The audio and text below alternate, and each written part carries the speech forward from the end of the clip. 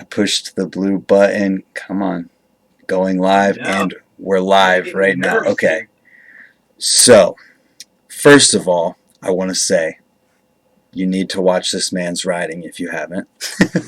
Second of all, the reason why I wanted you to be on here, I guess I should say who you are.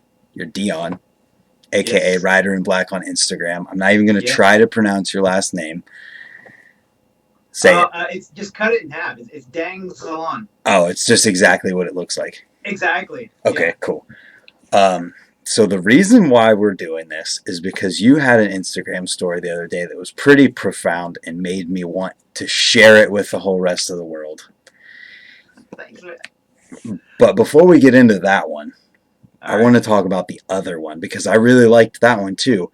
The uh, the one where you or no, it was a different one. My notes say otherwise. You made the post today talking. I didn't watch it, but I read the caption, Yeah. and it was talking about sacrificing certain things in your life to do other things, like riding for being successful in your business side of life. I'm making sure we have audio. Sorry. Okay. No problem. Yeah. I'll have. Anyways, sacrificing riding for the business side of your life, and I didn't watch what you wanted to say or you had to say because I wanted you to say it again on here because that's something that's huge, and you kind of do a lot in your business life. I do. I do. Yeah. So I'll let you know like what I do for a profession. So I'm an insurance agent.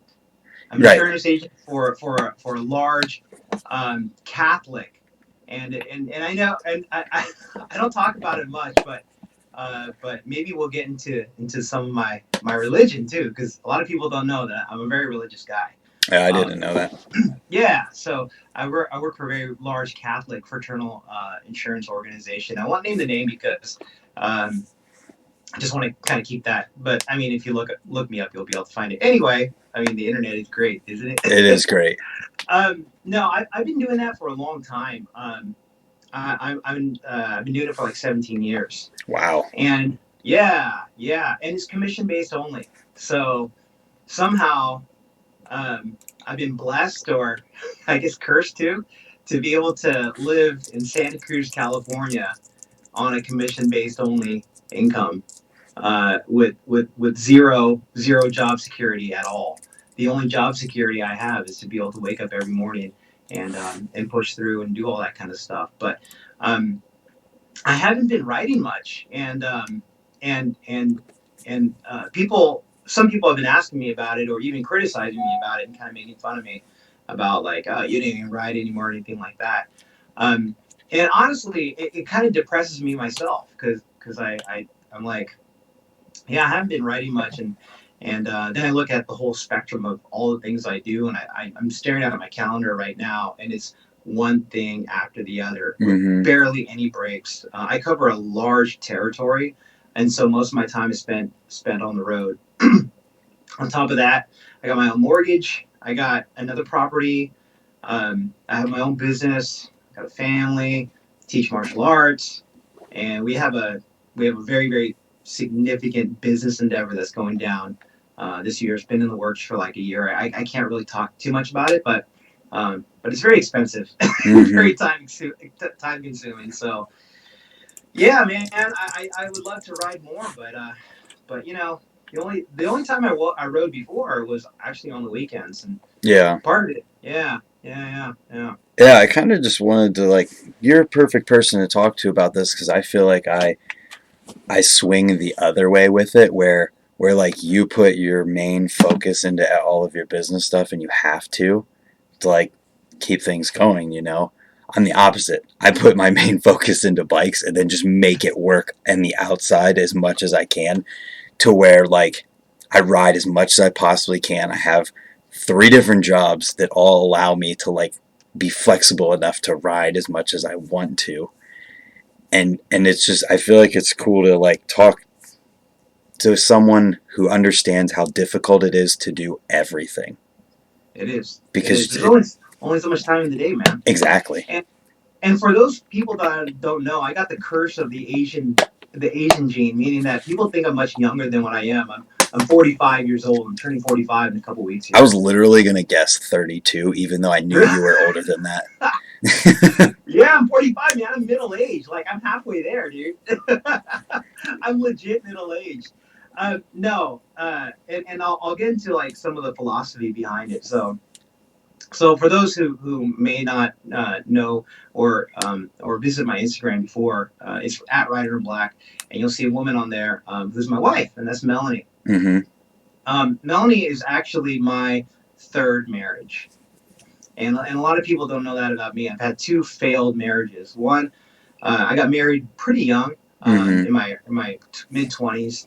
That didn't work out. Eh, it was with a woman who was from out of the country, and she was getting deported. And we're kind of like, let's get married. And so she got some citizenship out of that. But her and I are still on good terms, and she's a good, pretty good person, you know, Yeah. and we're friendly. My second wife, that one didn't turn out so good, and the marriage. What happened with the marriage is it split Mm-hmm. really bad, and to the point of where when people ask me like, how did you know it was going south? And I tell people the marriage was over 2 years before it was over, so that was a clear indicator. Gotcha. Um, when you marry somebody, um, you make a promise to them. You say these vows, Yeah. right? And it's something I firmly believe in, and those vows have deep meaning, and I don't think a lot of people really put much into them anymore. Um, and when I said my vows to my wife Melanie, I really meant them, Yeah. and part of that is to love and support her and support my family, and I took on a stepson at the same time. Yeah. You know, so here I am with a family, and with the significant financial responsibility. You know, it weighs heavy on me. Yeah. Yeah. Well, with that, when you do ride, you do find the time to do some of the coolest stuff ever. And there's a lot of fans on the internet, you know? Thank you. I feel like I almost have to like you know, like the purge. You Yeah. know, like I save all this stuff up, and then I just kind of like blast it out there within my own physical capabilities, and that kind Mm-hmm. of plays into the how I ride too. Is Yeah. that Well, yeah. there was one thing that was huge in what you were saying in the Instagram story about how uh, you literally like to break the rules in Mm, BMX. Like you made a comment about purposefully like putting your foot down yeah. and things along those lines. And I was like, that's what got me thinking. I was like, dude, I mean, he's really onto something with this, and like completely just going like the opposite direction of everyone else. And there's some of those clips where like there's times where you put your foot down in clips, and I'm like, why do you do that? Nah. And now, like, whenever you say that, I'm like, I get it. I get why he Yeah. did it because it's on purpose. It's not like he just accepted something that wasn't like good enough and it was just what he could do. It was like he meant to do that. And I'm like, wow, that's actually like no one would know that. No one would realize that. And it's like, I feel like that's something really cool. Thank you. Thank you. And I So just let me wanted give to you a little hear that. background. Yeah, let me tell you the background of that. Okay, are you familiar with any kind of art movement like expressionism, impressionism, I mean, cubism? I went to art school. I had to do art That's history right. Yeah, yeah, you're really classes, good. You're very talented. Yeah, but like I don't remember a lot, but I feel like I can follow. yeah, yeah, yeah. So the Dada movement. Are you familiar? The 1920s The Dada name, I movement. know the name. Yeah, Give me a The Dada detail movement. that might make me remember it. Yeah. So if you look on my nowhere candy bars. Sorry, man. I tickle myself all the time. So if you look on my on my handlebars, you'll and I posted a picture of it. It says R Mutt 1917. Okay. Okay, and it's scrawled in a way that looks like a signature by an artist by the name of Marcel Duchamp. I know Now that during name. the time, yeah. During the Wait, is he the time, toilet guy? yes, Okay, okay, yes, okay. okay. So what the Dada movement was all about was to was to turn the art world on its head. I remember Basically, this. yeah, I people were remember getting now. so serious about Yes. their expressionism and these art movements, and they're getting so serious. So what Marcel Duchamp did, and all the other Dadaists, what they did is they took random objects, like regular objects, and Marcel Duchamp did what he did. He took a toilet Yeah. and he put it in an art museum, And right? yeah, I remember that. And it was like a controversy type thing. They're like, we don't know what to do with this. Exactly, exactly. Yeah, exactly. What they were doing is they're pointing at themselves at the hilarity and the absurdity of art. Yeah. And so what they also did is they took they took a really really beautiful painting of a pipe, and underneath it says in French, "This is not a pipe," right? That's funny. So yeah, so what I want to do with writing is I'm trying to do is I'm trying to use my creativity and my movements to point at the absurdity of writing. Mm-hmm. Because if you literally look at, like, I'm a 45-year-old man doing tricks on a $1,500 BMX bike. Yeah, Like, it it's really kind of makes no hilarious. sense. Yeah, it's really hilarious, and it's absurd. So what I like to do is I like to point at the absurdity.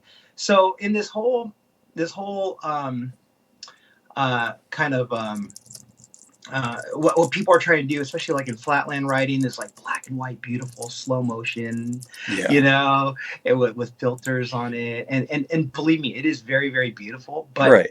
what I'm trying to do, and they're not putting their foot down, like it's magical what like flatland writers do.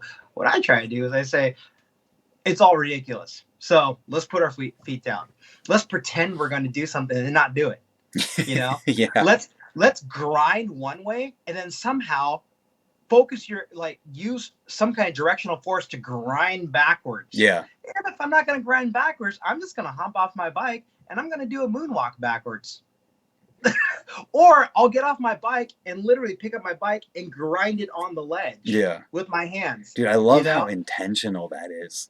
And it Yes, makes thank me you. understand things on a totally different level because in that last video that you put out with all those tricks in it, there was a lot of stuff that I was like, dude, I'm psyched on this. And then there was other stuff where I'm like, I don't get it. Yeah, that's exactly what I'm trying to get, man. I'm I like, don't dude, want people to get it. And you know what? The right. whole point is for people not to get it. Yeah, and like, I That's the get that point. now. I get it. Yeah. You're gonna have to Yeah. change it up because I get it now. Sorry. Yeah, I'm not trying to be some eccentric artist, but what I'm trying to do is I'm trying what I want to do with my writing. By the way, there's stuff I can't do. Like, I Yeah. can't bar spin, I can't backflip, I can't do any of that stuff. Speaking of the backflip, the other thing about BMX too, what I'm trying to do, or what I try to do with my writing, is what people ask me stuff like, or they'll ask me, "Hey, what do you do?" I go, "I ride a BMX bike." They're like, "Oh, can you do a backflip?" Everybody asks you that. I'm sure they ask you that. Oh, You know, literally today, kid asked if any of us could backflip. right.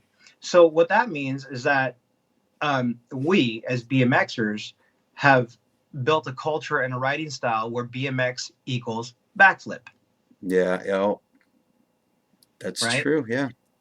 When you say BMX, people immediately think Nitro Circus. They don't think of, or they think of tail whips, or they think of park riding, but they Yeah.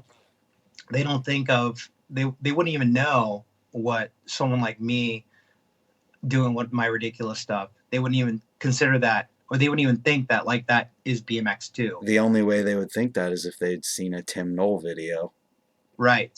Exactly. But even that, it's still, it's more like artistic cycling or something like that. Yeah. But with Tim Knoll, as popular as he is, he's still, within our niche. So only people like us would, only BMX riders would, and even a lot of BMX riders wouldn't even know who Tim Knoll is, Yeah. or guys like Pat Fisher, who are amazing, amazing, very creative writers. Right. That's such an interesting thought, and I love that I know now that all of that is so intentional, and it's like, and it kind of like just created this thing in my brain where it's like you said something about not trying to be an eccentric artist. Well, I think that that's like fighting against the eccentric art of what BMX has become now. Yeah. where it's all the exact same thing on the exact same type of thing. You're the dude who's saying like, no, we're going back towards the other way instead of where pushing towards the thing where everyone is all the exact same thing. Yeah. And it's Yeah. it's really interesting because it's so intentional that you're doing it. Because like my riding, yeah, it's weird sometimes. I mean, it's not always weird, but like the weird stuff I do, I'm only doing it because it's like the random thing that popped into my head. I'm not like, oh, I'm going to do this because I want to break this rule, which I think could make things a whole lot cooler if I thought about it that way too. Yeah. Yeah. One like, you know, who says that a grind only needs to be done on a peg? Yeah. And you see guys, a lot of riders out there doing now grinding on their handlebars. I mean, there's always been a handlebar grind, but now you're seeing different ways of handlebar grinding. You see frame grinds. Yeah.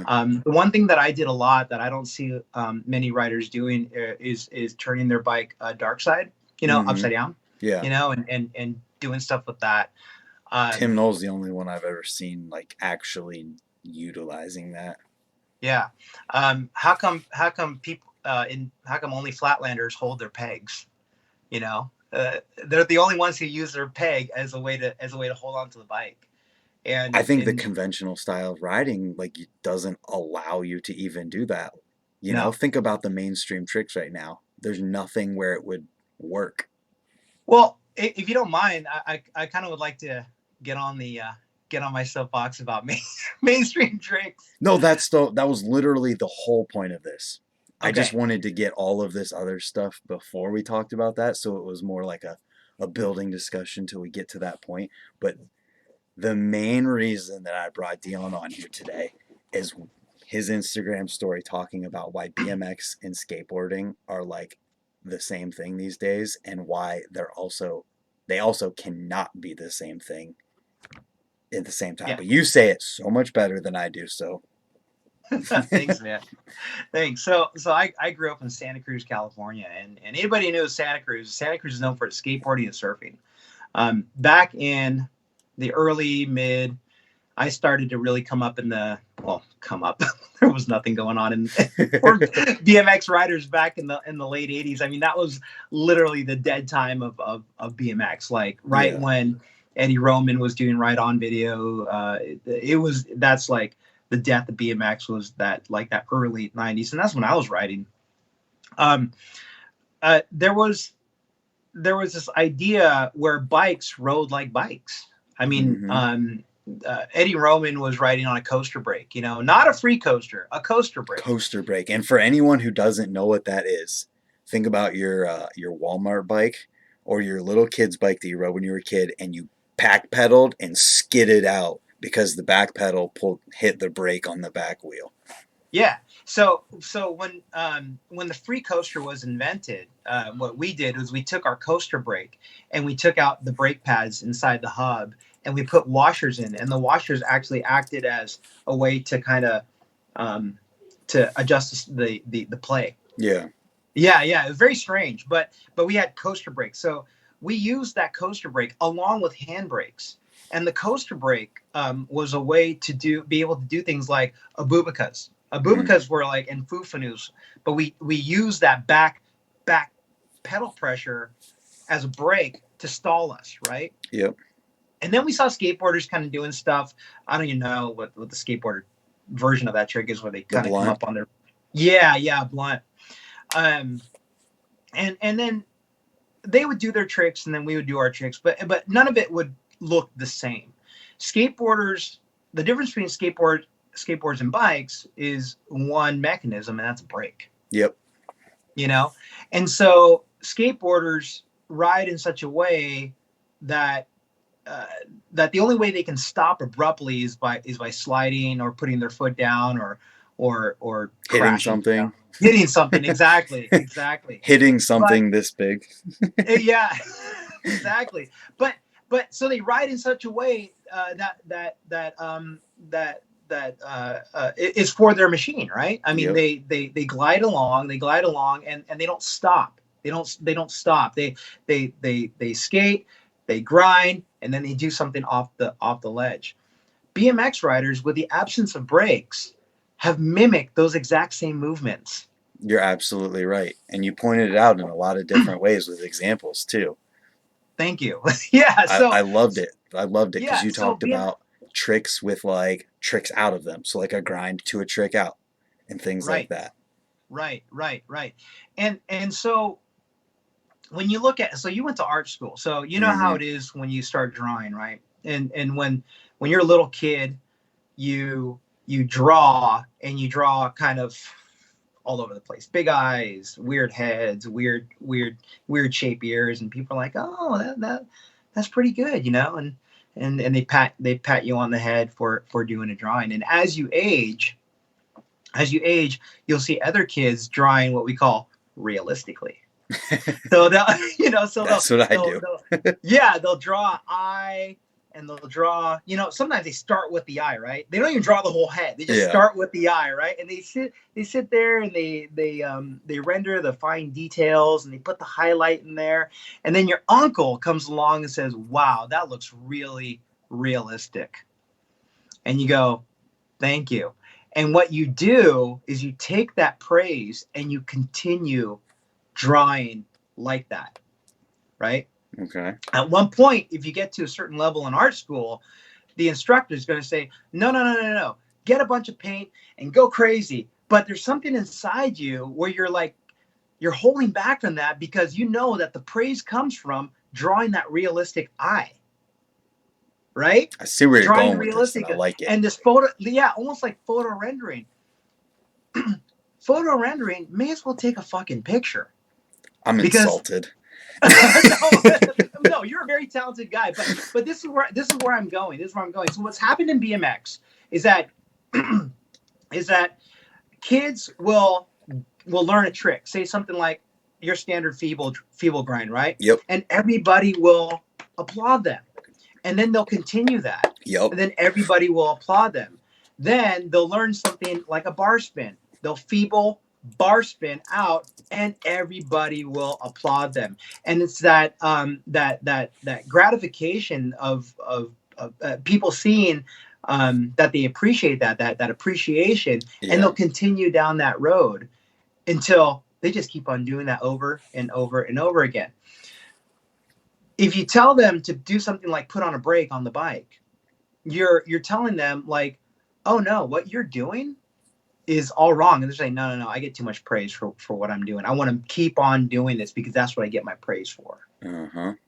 And then so weird writers like myself, Pat Fisher, Montana Ricky, Tim Knoll, they'll do stuff, and people are like, "Oh, this guy suck." They're doing, it's too weird. It's too weird. Oh, and yeah. and the people will continue to go on that route. And the moment you're taking away a very critical part of the bicycle, which is an amazing tool, which is the brake. The brake allows you to do things that a skateboard can't do. Yep. Why are we copying skateboard tricks? And the biggest thing that you said about that was that really made me think was the ability to change direction almost instantly Yeah. within things. And Charlie Crumlish was the example you gave, and that is a really good example because he'll go from that grind into a foofanu Yep. and then go completely a different way. So his Yep. path will be like he's going this way, then he like rotates, and then he goes the other way, all within like 2 seconds.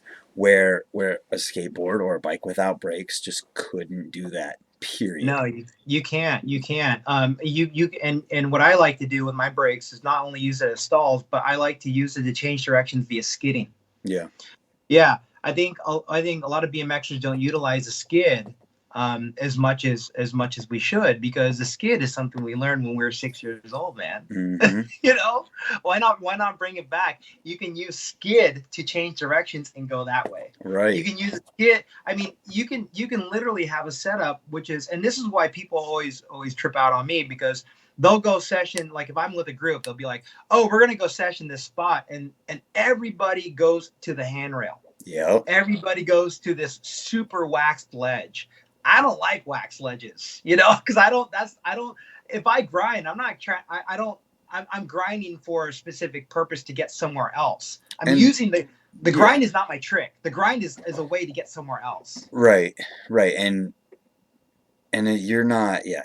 If you want to go to a ledge, you're gonna go to a ledge. Like you're the way you ride, it seems like you want to go to somewhere where you can utilize something other than just that one thing or that one aspect of it. Instead Yes, of yeah. you're not just going to feeble that ledge. That's not just the trick. No, and typically I don't even session when everybody else is sessioning. So my friend Trent, who's at Go Ride, he's an older rider. He's now a grandfather. Can you imagine BMX riders are grandfathers Isn't now? that Like what the crazy? heck? When I was a kid, there was nothing of the sort, let alone dads being BMX riders. But he always makes fun of me because he's like, yeah, everybody would go to a spot, you'll go off to the corner sessioning like a tree stump, Mm-hmm. or a rock, or a garbage can or something like that. And that I have to say that I learned a lot from that by watching Tate Rose Kelly Yeah, and learning a lot from riding with Pat Fisher. Pat Fisher um, is a truly amazing rider that gets zero cred. He doesn't do much on social media, but that's why. That's yeah, literally it. It's yeah, funny that you said that about like going off and stuff because I can totally relate with that with riding with Hamilton. hmm, Hamilton with like more than a few people, he always is just you can't get stuck somewhere because he's just going. He's going and yeah, finding whatever he wants to shred on. You've seen the riding, it's always yeah, something crazy.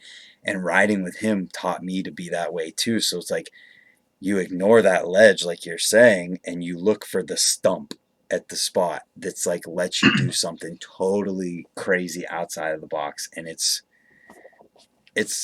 I feel like it's almost like a freeing kind of thing where it you're not is. like locked to those things like spots everything becomes a spot. Watch a Dion video and you guys will see that every single thing you look at is a spot in some way. Oh, the what are the CrossFit tires? I session CrossFit tires all the time. Like, You session a you know, wall without doing a wall ride. yes. You know what I'm But saying? see, a lot of that stuff has to do with my use of brakes, though. Like, Yeah. there's stuff I wouldn't be able to session if I remove my The brakes. Spider-Man would not be possible without brakes, without No, rear no, brake. you die. Yes, you You're would literally die. yeah. No, like so brakes to me are actually, a lot of people, especially younger riders who really don't have the knowledge on how to, and by the way, brakes are not that big of a deal to work on. Like They're not. they're Once not you learn, you're good. I mean, they can be frustrating, but they're not that bad. no. I've set up my brakes like one time, and once I set up my bike, my brakes are done, and I just gotta swap out pads in and out, and they're fine. But what the brake does is it's actually the freeing part of BMX. And people will feel confined that you have a brake because like, oh, they equate stopping. A brake to me is it means go. It means go, Mm-hmm. which it means go because I can use my brake and shift the direction. I can use my brake and stop to go that way. So I'll use my brake to use that and use backwards momentum to go that way and circle and get around things by using that backwards momentum. And I couldn't do that unless I ended on a wall. But Right. if I have a wall, I got a brake. you Exactly. know? Yeah. Yeah. I I get so many people, or I've had so many people in the past, like, why do you ride brakes? Or like brakes suck. Or like people who ask that question, like why or we'll be riding with Hollywood, for an example. Mm, And some kid will be like, why do you need brakes? I'm like, dude, half of the tricks that I do would not be possible without brakes. And when you have yeah. them on your bike, you can do an infinitely greater number of tricks than without them. It's just Right. that simple. Right. Can I go back to some of the stylistic stuff and one of my big inspirations You on can go why I wherever you also want, man. thank you, man. So for those of you who may not know too much of BMX history, I want everybody to look at Dave Vanderspeck. Dave Vanderspeck was the founder of a BMX crew here or in the Bay Area called Curb Dogs, and Dave Vanderspeck died pretty young.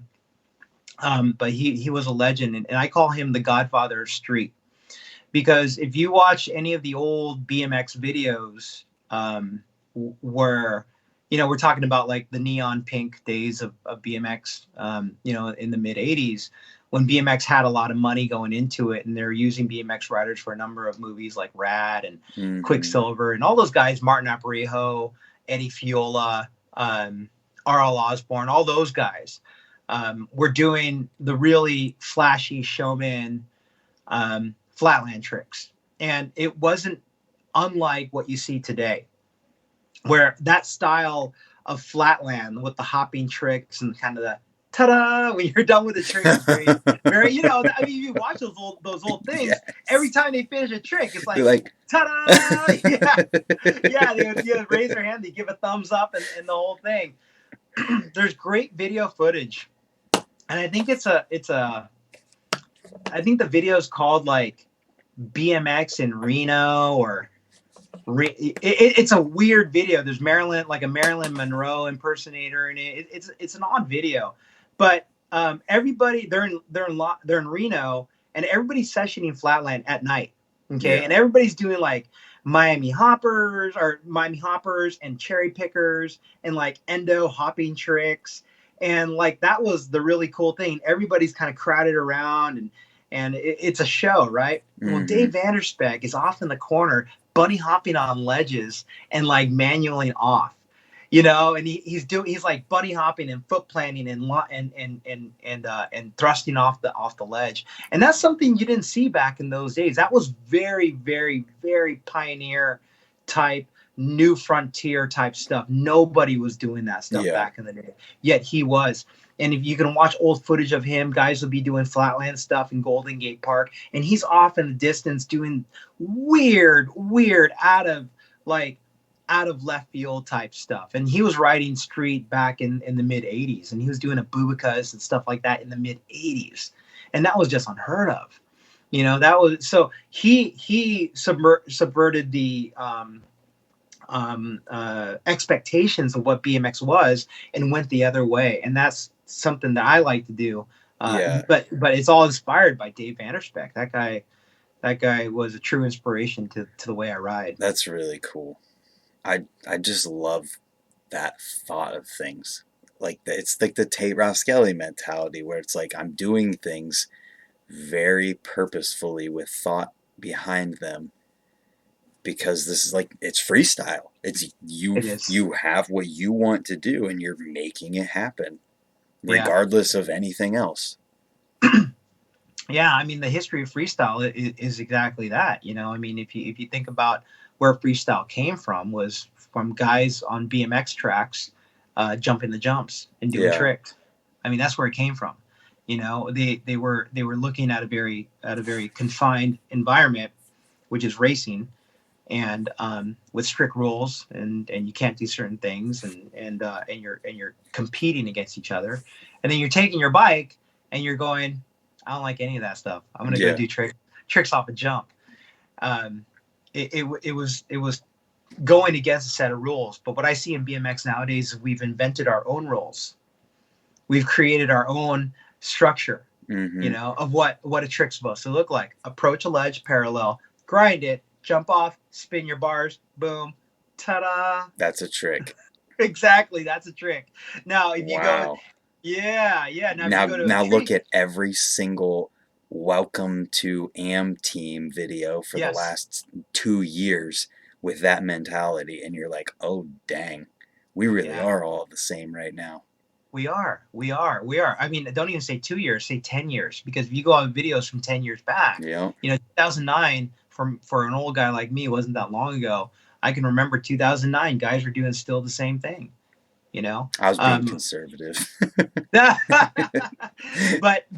but yeah, so we've created our own set of rules to what BMX is supposed to look like. Now, the only way you can get out of that rule set is to go big on those things, and this is where you Yep. see the Dax, the Brad Sims, all these guys who go huge. Then you go, holy moly! Now that's out of the spectrum of what the Or you rules take are. it so far. You do the Garrett Reynolds route and you take it so Exactly. far Yes, Garrett insanely. Reynolds is another good. Yeah, and these guys are phenoms, and you don't see that level of riding. I mean, when you see Brad Sims come from a curb to 8 feet on a wall and jump over a guy off, you go, holy moly, that's not your normal 3 foot, 4 foot wall ride, buddy on wall Yeah. ride. Yeah, Yeah, absolutely. but there. So those guys, I'm not using those guys as an example. I'm talking about your typical kid on the street who they've been praised for the feeble to bar spin out, Yep. and they will continue to do that thing for since 2009 to now. You know what I mean? For Yeah. 10 years. And I mean, don't get me wrong. Like I can't do that. I can't feeble the bar spin, but if I could, I probably wouldn't do it. Dion, I'm literally sitting here with the thought in my head that the last trick that I did at the skate park today was a feeble grind to bar spin. Yes. I Yes. seriously, I went from doing candy bar abubica Yes. to doing feeble grind to bar spin in one session. So I'm like, oh my god, I'm like, your brain waves are like going into my face right No, now. Like, yes, but the difference is that you're doing candy bar bubicas and you're saran wrapping that stuff, man, and you're doing amazing stuff, dude. I mean, you're quite the incredible rider, man. You're very thank you. athletic. It's just I feel Yeah. like I can see it from both sides. Is why it's like so like mind blowing because I've never ever thought about it that way. And then what something else that came to my mind is that it's like to break out from that is only a there's only a couple people who like broken that mold without taking it to the extreme. Eric Mm. Elstrand, Tate Yes. Roskelly, like Yes. those people. But the problem with it is that those are the chosen few. Yes. I think it's gotten way, way like better, and a lot of the people who like ride kind of differently and they've been promoted, like they've gotten their whatever lately. But like for the last like 10 years, it's really just been if you're not a chosen one, we don't care. Right. Right. I think a lot of it, and I got to give mad props to my friend Montana Ricky because we all love Montana Ricky. You We know. do all love Montana Ricky. Yeah. Yeah. I think what Ricky has done is that he with his following and his personality, um he's quite the personality of being need somebody like Montana Ricky. um I think what got with someone like him and promoting that style of writing, and because of such a large following, I think that's how it's gotten the exposure. A lot of it has to do with the advent of Instagram. I mean, this stuff wasn't going on Facebook. Yeah. But it's Instagram with the instant gratification of seeing a video like back in the day, 15 seconds, and you have to please a crowd in 15 seconds. Now we got minutes, we got IGTV and all that other kind of stuff. But Montana Ricky definitely is a huge player in this whole exposure of that style of writing. I've been watching Eric Elstrand for years. Now that's a guy that doesn't use brakes, man, but he rides like he uses brakes. you Yeah. know? Yeah, Yeah, he'll he's grab the amazing. pole and flip around instead of using Yes. brakes. Yeah, he does. I still can't get a handle on what do you do the bottom bracket stall on the like the little thing and it like And spins around. spins like the not a spin but on a bike. Yes. Yeah. Yeah. Yeah. Yeah. Dude, I've tried that. And I've died on it.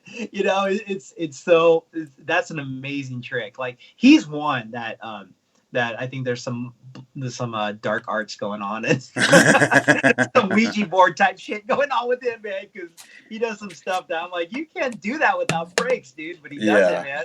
Yeah. That's so funny. I Yeah. mean, Yeah. it's totally Yeah. true. And then Tate's like on another one of those he's very intentional with everything he does. He is. He is. He is. He Now can now he's rock. I'm doing the stuff sure. with. I've never seen it, but I'm sure he can do other tricks besides the stuff he does. You know? No, I think Tate. I think what Tate is doing with his writing and him getting off of it was Fit, right? He was on Fit. No volume. Volume. That's right, right. Him getting off of Volume, I think has actually freed his writing up quite a bit. The stuff I'm seeing out off that team, and now he's with GT, I believe. Yes. Yeah, yeah. The stuff I'm seeing him do is is very, very, very, very inspiring. Guys like that need to not be confined to anything. The guys like Tate need to just absolutely say, you do you Right. forever and ever and ever and ever, Exactly. and don't feel like you have to look like the rest of the team or I anything like think that. everyone should just do them. Yes. Everyone. Literally, if you like, it seems like in BMX, it has to be, you have to fit the mold or you can't get put on whatever. What just happened? What? What the hell? You I heard was that, trying man? for it How before, but dare it you, wouldn't go sir? through. We were just talking about you, you fucker. That's why Yo, when I was trying to you get know him what? in. You know what's so crazy? Everything you were saying about Dave Vanderspeck, I was answering before you said it. So I kept like Ah, answering it in the comments because I knew you were going right to the one in Vegas or when they were in the little city and when he kisses like that one chick after doing a Vanderroll. It's like the greatest yes. thing ever. I Yeah. fucking I watched that like 2 weeks ago. I try to tell kids anytime a kid hits me up, he's like, yo, Ricky, what's the biggest inspiration? And I'm like, yo, just watch any of the AFA like 1984 to 86 contests and just watch Dave Vanderspeck. He killed it. Well, actually, Dave wasn't around at 86, but like earlier, you know? Yep. And oh God, just watching you on here, I love you. I love you One too, of my man. you're one of my biggest inspirations, and the only reason is because you're the complete opposite of me. Me, I live off of I'm loud and I'm boisterous and I want people to hear me. You just live off of your bike and people see and hear you from what they see. And I swear to God, before I met you, and I've said this over the last 5 years that we've known one another now, every time I did a trick, I would go and see you and you fucking did it before me, or you would do it around the same time as me, but I never knew you. So, like, anytime you did something, I was like, I did that, or you did that, or it got to the point where I couldn't watch you ride. And it's nothing against you. It's like Eminem. Eminem doesn't like to watch other people that act like him because he doesn't want to sing or rap like them, right? So Right. that's my only downfall with you is if I go and watch you do a clip, I don't mean to, but I'm gonna go and probably go towards that Yes. Hey, every man. time. So I'm Yeah. like, I It's all can't good, watch dude. Dion. I'm so glad you don't make edits because if you made edits, I would probably sit, watch it, figure out how to do it, and then go out and do that. And since I have bigger numbers, people will think it's my trick, but I don't mean to do that. And it's the same conversation I have with Tate Ross Kelly. Tate will text me and be like, fucking dick, I was just working on that trick. How'd you get that done? And I'd be like, I don't know. I was fucking around. Like, that's what I Yeah. always do. You know, for me, when you guys were talking about breaks and talking about how it could change positions or it could change a person's style, I'm glad you guys brought up Charlie because that dude can connect Right. so Literally. many ways with breaks and nobody runs them. Like I'm definitely I take them off. Once I see everyone doing front breaks, I'm like, I can't do it no more. Now I kind of want to put a freak coaster on because all these stinking pros are putting on cassettes again. So I'm like, Yeah. oh, now I got to go to a freak coaster. But I've always been that way. I'm very against the grain. Not like you. You're very artistic with what you do, and I love it. Thanks, man. Thank you. Thank you. Yeah. I mean, like I said, the uh, see, and and and that's the thing about you too, Ricky, is that you do directional changes. You don't. I just saw you on that medieval bikes thing where there's that gap in between the two ledges. Yeah, Yeah, and you went in all four pegs, right? yeah, Yeah, you fell into it, right? Like when I yeah, saw that, I'm like, that's exactly the thing I would be looking for. That setup right there. That setup right there. If there was a ledge, like my dream is a ledge to a tree ride, and I had it. I had it at one point, and then they cut down the fucking tree. But like Damn. stuff like that, because you can imagine in my mind and I'll drag a bench over to a tree or something like that. Like you can imagine, feeble tree ride, feeble backwards, directional changes. You shouldn't have You yes. know, said that out loud. Yeah, I hope to see everybody doing that. Feeble tree ride, backwards feeble, fakey feeble. Go do it, So guys. so that clip that you were hyped about, what makes it even funnier is there's in New York they have these new trash cans where you just wave your hand and it opens up, or you put your foot on this lever and the trash can like opens and grabs your trash and shuts.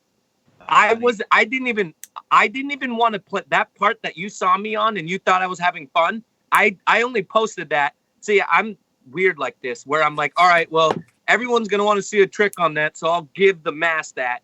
But I realistically, for 2 hours with Shift Life, I played with that trash can and the lever. I was doing like 360s to nose presses into the lever, and Yep. then the trash can would open, and in my back pocket I was grabbing out trash out of my back pocket and throwing it in the trash can, and it would shut, and then it would release me fakey. So Yeah. I was like picking up trash and using that trash can. So I was doing like a recycling trick, but everybody else was like, "What are you doing?" I'm like, "I'm recycling, bro. Look at all this trash," and I'm also riding. So it's funny how you say, like, if you go to a spot and the kids normally go right to the 2 foot ledge or 2 foot tall ledge, or they go to the handrail. I always, always, always go look for a dead bird or a weird rock, and I try to incorporate that thing into my line. Always. Well, I think going back to when I started riding street in '80, I started goofing off the street in '87.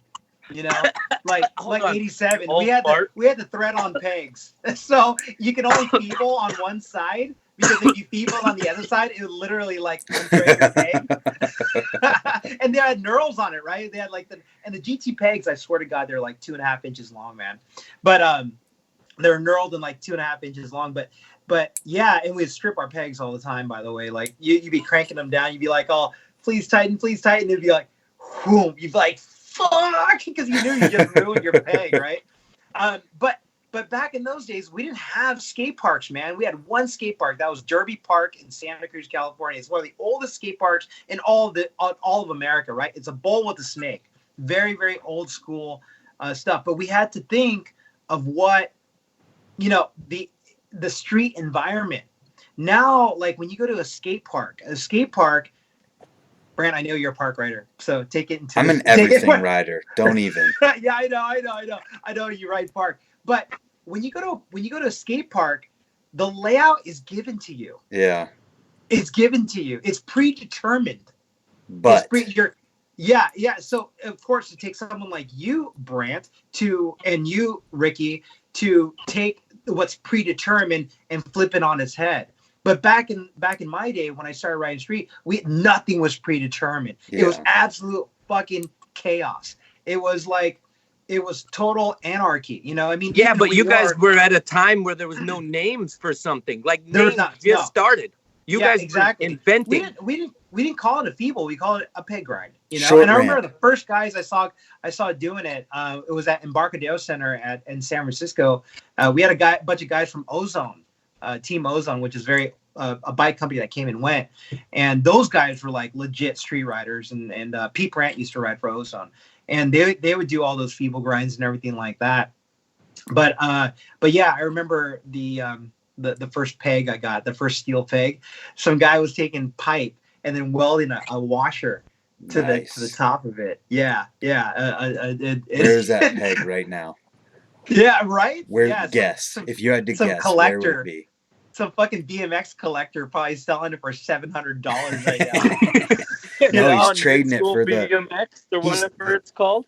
he's gonna Yeah. trade it for the Supreme S&M bike. Yeah, exactly.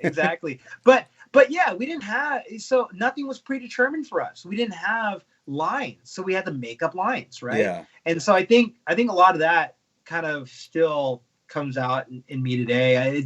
It's not as forced for me to look for what do you call non-traditional type of obstacles. I guess Yeah. you would say. And I Yeah. wanted to go back to the whole like skate park being predetermined thing. You're absolutely 100% right about that. And the majority of people are just doing whatever, they're going to just do an air out and they're going to whatever 360 the spine and use everything the way that it's meant to be used. But my favorite thing ever to do, as you've probably seen in the Lip Lords videos, is get into an ice pick and do any trick I possibly can. What is? Are you driving? He's about to be, yes. Oh my god, dude! Dude, check it out. I'm gonna be live. I'm gonna drive, and while we're driving, I'm gonna pull over on the highway, whip my bike out live, and ride my bike while we're on live. Hey, turn off your Bluetooth. How do I do that? Swipe up to the control center and just push the Bluetooth button. All right, hold on. But anyway, you pointed out like that whole thing, and it's like, dude, I love to just break that entirely. Go to the skate park and do an ice pick and do the Rubik's Cube. Yeah. Oh yeah. That was amazing, man. That was amazing. I like how you draw. Yeah. I got a couple. Can you hear coming. me? Yes, that's way better, Ricky. Yes. I've got some coming that it should be pretty funny. I love it, dude. I love it. See, and I what I really appreciate about what you, Ricky, and other guys do who do this stuff, and my friend Reed, he doesn't post anything, but he's a writer like that. He'll do really funny stuff. He's a very talented writer. Happy Cat Basket. I love him. Yeah. I love him. Yeah. He's a very, very talented writer. And a lot of the power slide stuff I actually got from him doing. He does brakeless power slides, but yeah, he does silly stuff too. We did a like a merry-go-round. You know those merry-go-rounds on the playground? Yeah. Yeah. We had one where he like double peg stalled on it, and like we turned him all the way. He came off of it. I know it sounds simple, but for some reason it took like that's 20 takes. Yeah. That's so using sick. that momentum. Yeah, Like, I feel it's like hard this to ride conversation, through the dude. bark though. This conversation is going to change the way I ride my bike. I hope it changes a lot of people the way they ride their bike. I hope so too. That's why I wanted to do it. I want people to see this, and I want people to hear that whole thing about skateboarding and brakes. And then this whole conversation about looking at things differently and just being intentional about being different than every single other thing out there. Yeah, and you'll get criticized for it. Don't get me wrong. I mean, like, of course. Yeah, people just say that you suck. I mean, look at Ricky's laughing because he knows. This morning. Okay, so everyone knows that I try to help every kid. I am like a gangster at being agents for kids and trying to help them get sponsors. Okay, I am the best at it. All right. There's so many people in BMX that I don't even like go, hey, I gave this guy a sponsor. I don't even say it anymore. But I was trying to help a kid out, and the kid just, every time if this happens to me, I try not to get upset, but it really does hurt, is every time I try to help them and guide them, and they always say, well, you fucking suck, I'm better than you.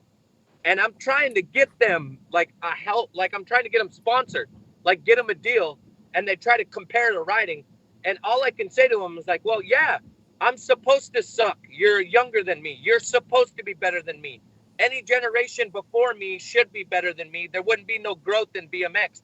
But at the same time, like, don't compare yourself. Like, riding doesn't do all. Like, just because you're good at riding doesn't mean you should be sponsored. There's so much levels to getting sponsored. And I think kids always forget. They just think it's all how good you are. There's way more. No, you got to be marketable. You got to be marketable. You got to be a good looking face. I mean, there's a lot of things that go into definitely. Sponsorship. And I get it all the time. Like, you fucking suck. Oh, you're an old man. Your seat post is too high. Who the fuck runs front brakes? You wear weird clothes. You wear girl pants. You ride this way. You bitch crank. You know what I mean? But the older I get now, and the more I've hung out with you, Dion, you've really helped me with this. Is I actually embrace that more because it makes me ride harder. Like, if they want, I can go out and fucking ride the way the kids want me to. Like, I can 720. But you got the sickest tabletops you got some of the sickest tabletops in the game, dude. Like, oh, thank you. Yeah, like, you lay that shit fucking flat as hell, dude. Like I've seen you blast, man. Like, dude, don't even get it twisted, people. Right, but I'm saying that, like, you get to a certain point, and I've said this with Brant, and I've talked about this when I was doing my YouTube stuff, is eventually in BMX, you find your own path and your own way. Because I used to copy every kid that came out. I was like, oh, Simone rode this way. Oh, Sean McIntosh rode this way. Van Holman's doing this. And I would take all of their stuff and I would manipulate and copy it. And then I figured out, I was like, this isn't even Ricky. I like my seat post high. I like front brakes. I like the bitch crank. I don't like to ride like them. So, I've learned from you. And the one thing that comes to my mind is that one time when you did a 50-50 stall and then the music came on and you're like, Macarena. That has always been my favorite clip of you. And I was like, you know what? I'm going to do what I do when I hang out with people. I'm just going to be myself and be a dork. And that's all. I don't care what kids think. But, Yeah. No, that makes a big difference. And going back on what you're saying about copying, mimicking is not only the highest form of flattery, but copying a writing style also gets you the best praise. And like I was telling Brant earlier about art, I was listening. I was there. I'm on your yeah. When you like every young artist will start off by copying comic books or start off by copying copying paintings or what's that? Anime. Yeah. To the point of where you'll even trace it. I remember when I was in art school, we would take drawings and trace them. We'd trace them 100 times to the point of where we would remove the original drawing underneath, and we can draw it exactly like the original drawing, right? Mm-hmm. Right. Yeah, and that's the way we learn. Unfortunately, what happens is people give praise for that. That's not the end, and that's not where you want to truly. Dude, that's literally the BMX industry. Exactly. Literally. Exactly. That's why I like Nowhere so much. Ricky, I know you ride for different companies, but I have a bias towards Nowhere. Because what Carl is doing with the frames and the parts and all that stuff is that he's going back. In my opinion, he's doing a lot what they were doing in the 80s, and that was experimental stuff. Yeah. Experimental design, experimental shapes, and things like that, which to me lends to experimental writing. And that's something that, because BMX bikes are so refined now, isn't as necessary for companies to do that, because it's kind of somewhat figured out, and that makes it that much better. It's 100% figured out. BMX bikes right now are better than they've ever have been in history. I mean, they're light and they're strong. I mean, you can't and the geometry is amazing. But what's happened with that is they all look the same. Exactly. And they all pretty much ride the same. You can get, doesn't matter what company you go with, they're all basically the same. And there's nothing. 1,000%. Yeah, and there's a reason for that. It's the market has driven it that way, because everybody says, well, this works, and may as well go with it. What I like, what Carl has done with the Mike D frames and the other frames, is that he said, well, why don't we try this extremely sloping top tube? Yeah. Give a little bit more foot clearance. So I have mine on order. So I know that it's taken a while to get these frames built, but I have mine on order. To me, I look at that like that's going to change my riding 100%, because I don't have a double top tube anymore. I don't have that thing to rely on, but I have so much more foot clearance I can do different stuff with. Where that's going to take me, I don't know. That's a really cool. It's a really cool concept and thought with it. Right. Another thing to add to that, like you said, you don't have the top tube anymore, so it won't be easy. It'll be, you could still do decades and boomerangs. Oh, but yeah. Now it's going to be different because of your foot placement. And here's another thing. So obviously everyone knows I work in the industry, and I'm always talking to kids, and they're always like, hey, Ricky, can you steer me into a bike I want to buy? And I want to buy whatever company, right? Just because I ride for one company doesn't mean that I won't steer a kid to ride something else. Like a kid was saying he wanted a medieval, but he still likes Sub Rosa. And I said, well, then get a Sub Rosa. If you like something, go with what you like, buddy. Don't go with what you think's cool at the moment. And just because you like the way I ride doesn't mean you have to get that. But what I find with kids nowadays is they're all set on, well, I have to have 75.2 head tube angle. It's got to be a 20.75 and it's got to be a 12 and a half in the back end. If it isn't this, then I can't ride. Well, kid, guess what? If you get a 21, that means you have to work harder at spinning, but your turndowns and your tabletops look way better. If you get a 14 back end, your your spins are going to be slower, but you're going to be at when you whip your bike around because it takes so much work. It's going to feel better when you switch and go back. Kids are so stuck on the mindset that they have to ride a certain way and they don't take a chance.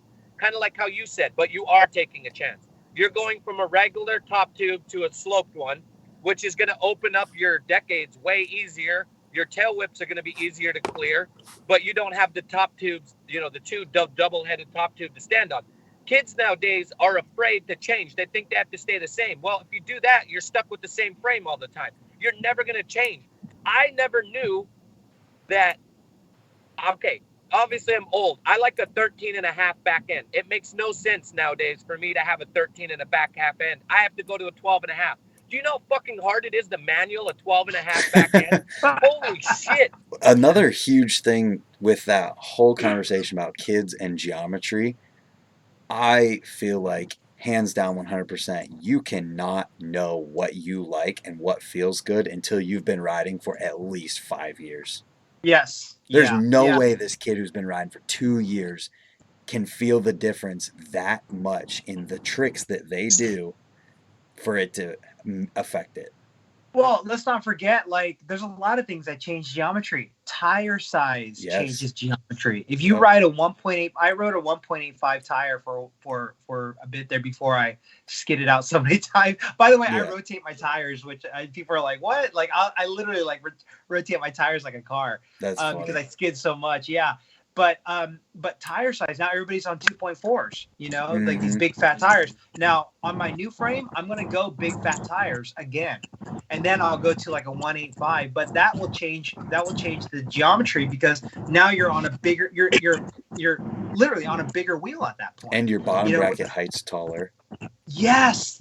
Now, and then the other thing that people don't understand too much about is fork. Yeah, it The fork changes your offset too when you have Yep. bigger tires. Especially if you Yeah. have a different size in the front and different in the back. You'll change your entire bike's degrees by Your doing rake. that. Yeah, and the fork offset. So people don't realize that there's a difference between a 25 millimeter fork and a 32 millimeter fork, and they'll say, well, that's just 7 millimeters. It changes a whole lot. You take a 2x4, move it over a quarter inch, it's going to move it over 17 feet. 100 feet from there, right? Mm-hmm. Handlebar height and handlebar setback, but more importantly, stem length. Yeah. Stem length changes geometry too. There's so many things Majorly. that change geometry. It's just not the frame, guys. There's different things. Someone Bottom who bracket like height, there should be someone who works at one of these companies that has like a lot of those different frames and has a lot of parts with different geometries should just build up bikes without wheels on them and put them beside each other. So like a bike with a 25-degree fork with a 53 stem and all of these things in a different frame, and then put them beside each other and just show how differently they sit on the ground and where the bottom bracket's at, where the seat tube's at, where the fork, the fork and stuff sits, just to show how different the geometry really is at the ends of it.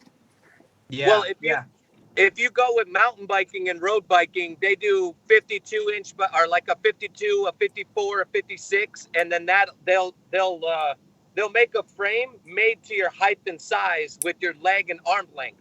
So BMX doesn't do that yet, but it would be great if a company's like, all right, well, if you're 5'5" to 5'8", you should have a 52 millimeter frame. Like if we started getting that way, it would fit kids way better and more easier. And then say, all right, well, kid, your body, everybody has long legs or short arms. Everybody does. So then if you're the type of body that has long legs and a short short arms, you would be like, all right, you're on a 52 millimeter frame and you should have your bars pulled back at this and your stem should be at 48 millimeters. Like, but we haven't got that technical. And the reason we don't, and I guess maybe this is where I'm not biased. The problem is I work at a bike company every bike company doesn't work together universal. They're all into their own company, so they only care what they make. So it means somebody has to take the time to describe that and make that. And that's why I'm in the industry, because I'm here as a whole instead of just being here as, oh, I ride for this company and this company, but I work at Merit. No, we try to work together and come up with ways to make things better as a whole for the whole group. And maybe that's something to think about. That's a good topic. During those CABDA meetings, Dion, I don't know if you ever listen to these, but I tend to talk to other owners of other companies and I bring other ideas to them that they don't, from the mass, from what I see from kids, what they suggest and what they have. And I try to add new ideas and new things to them that they wouldn't think about because, like, especially to Haro, because Haro has a bigger, wide range of money and finances and backers. So if they're willing to do something, then other companies can follow. So I always try to take chances that other companies don't take. So on these shows, when kids suggest things, they think that I tune it out or I don't pay attention. No, if I talk to other companies and I remember something they say, I try to bring that forward so we can make BMX grow, so it can get bigger and so things can happen. I think this size thing that you guys just suggested might be a good fucking idea. Literally. Yeah, the thing is I have my friend. I don't know if you guys ever see this flatland rider from Mexico, or well, he's from here, but his name is OSG or Old School George. Tall Mexican dude I ride with, and he's a flatland rider, dude. He rides an 18-inch top tube frame and a zero offset setup. So Yeah. his stem is zero offset. It goes straight. So like Yep. the stem is just like this, and the handlebars literally are exactly on top of it. Go straight down to like the steepest head angle possible, like so So that straight it's up and down almost to a straight. zero offset fork. Yeah. And like I get on that thing, I feel like I'm on a scooter. I kid you not, man. And Yeah. tiny bars, man. Yeah, that's the Yeah. thing I was going to bring up when he was going in that whole thing. We literally can't make bike sizes based on heights for people because it all depends on what tricks they like to do too. Any two dudes who are 5'11", they could be the same height, but one of them could like to ride trails and not want a Yes. bike that's short, and one of them could like to ride street and do feeble grind to 360 where they want a short bike that makes them do So those things easier. yeah, I Right, think but you were suggesting bigger companies that make more. So if the bigger companies that make more frames, they have more options, they can add those sizes to those options. I think what happens, especially when it comes to like complete Like bikes. I Oh said, He's man, Haro. lagging out. you are lagging. Yeah, just you can keep going. Okay. The thing with bikes, especially when it comes to like complete bikes, is that complete bikes, they call them like, the trail bike. They'll Yeah, call it, name a bike company trail, or name a bike company street, they but they don't don't give the really talk about geometry. what makes them a trail or street Yeah, bike. And I think what younger riders or people not in the know, and I say younger riders, there's a lot of new riders who are older. Don't get it twisted. There's 25-year-old guys like starting to ride BMX. You okay? I think I just cut my Who, lip. me? Oh shoot. No. And so they might look at it like, oh, stylistically, the way it looks is what makes it a street rider. Makes it a street bike. But really, it's the geometry that you did cut your lip. I'm Damn, son. bleeding. Oh shit. The first blood on the podcast. Yeah, Can't you? dude, Hey, you're the hey, first you can victim. get in trouble for that, can't you? I don't care. No, I you You can bled get for you get pulled from guys. YouTube. can't you get cut from being live when you do that? Just like on I bumped my lip on my water jug. I'm okay. all right. Hey, We hey didn't know guys, if it was I'm an gonna. emo Hey guys, thing. I gotta take a leak. I'm gonna step away Send for it. a moment. Yeah, Send it. cool. Hell yeah, just send it right now. Yeah. Oh, dude. I just bled for this thing because I'm a dork. Yo, did anybody donate money for Band-Aids yet? 20 grip did a $5 super chat earlier. Said hashtag do you. Thank you for that, by the way. Hell yeah. I said thank you in the chat, but there was too much good conversation going on. I didn't want to interrupt.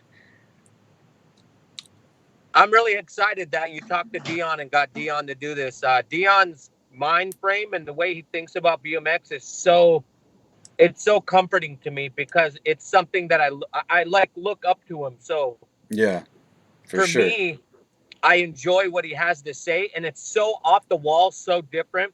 It's it, it's comforting. And I love it. it's really cool that we have three different generations of people right now. We got me in the 20s, you in the 30s, and him in the 40s, all seeing eye to eye and agreeing and talking about things. Well, that's the beauty. That's the beauty of BMX riding, my friends. Is that Absolutely.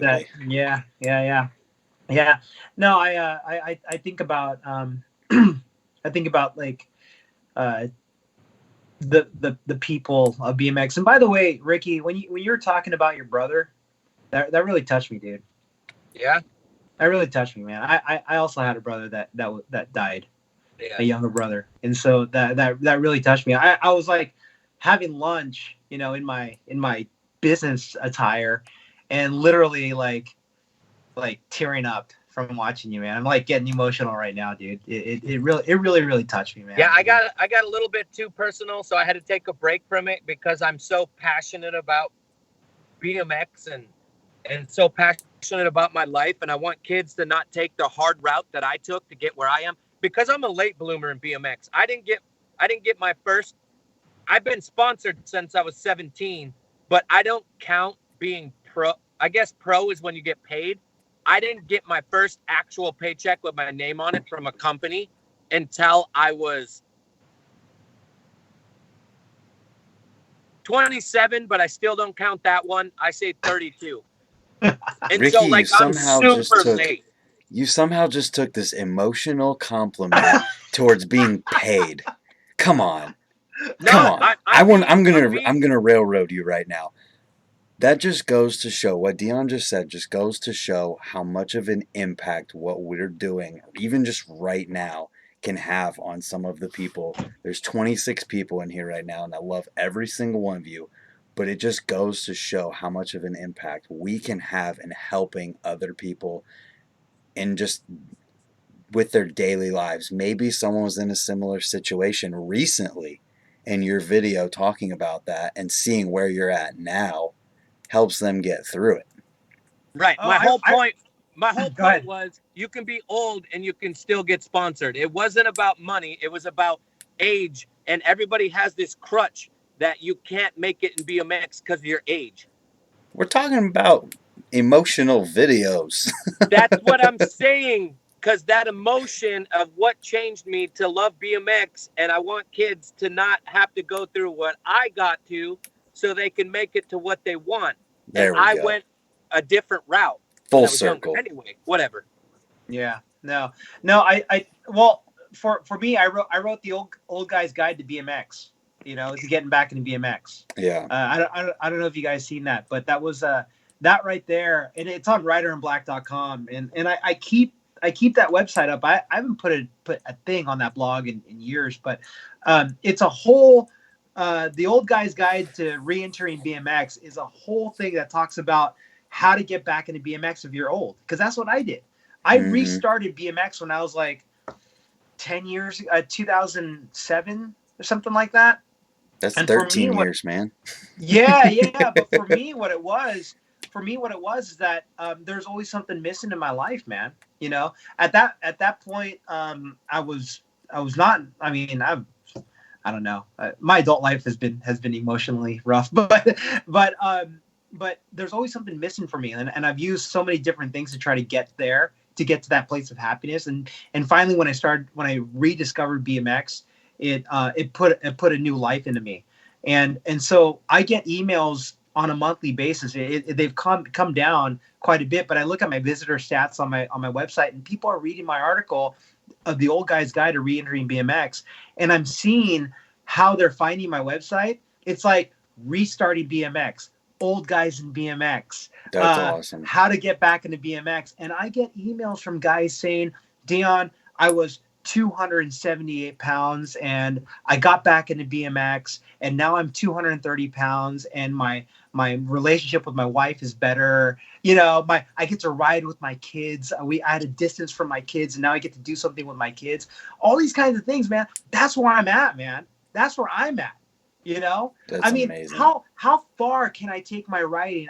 I know guys are gonna be like, oh, you're still pretty young, dude. You get beat the fuck up, and I do martial arts. I get really beat up. I've had head injuries, man. You're 45 years old, and I know that Martin Aparijo and all those guys from the Rad movies are still riding. They're in their mid 50s, but Yeah. how far can you go? We don't know yet. I mean, how far can you go? So there comes a time where Ricky, you're saying, oh, your job as a younger upcoming rider is to be better. You're absolutely 100% fucking right, man. It's us to help these kids along the emotional path of dealing of that life journey. And for me, it's for guys who I've been married. I'm on my third marriage, man. This is the one. This is the one. I'm on my third. Melanie and I have an awesome marriage, but I had two failed fucking marriages, man. Two failed fucking marriages.